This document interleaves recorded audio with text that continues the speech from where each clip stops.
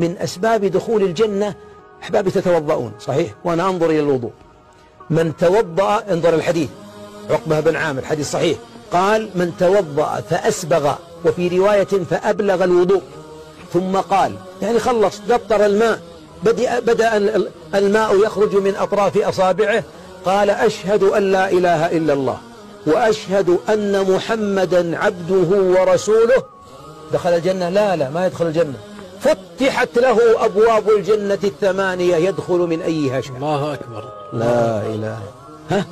أعيد الدعاء مرة ثانية. أشهد أن لا إله إلا الله وأشهد أن محمدا عبده ورسوله.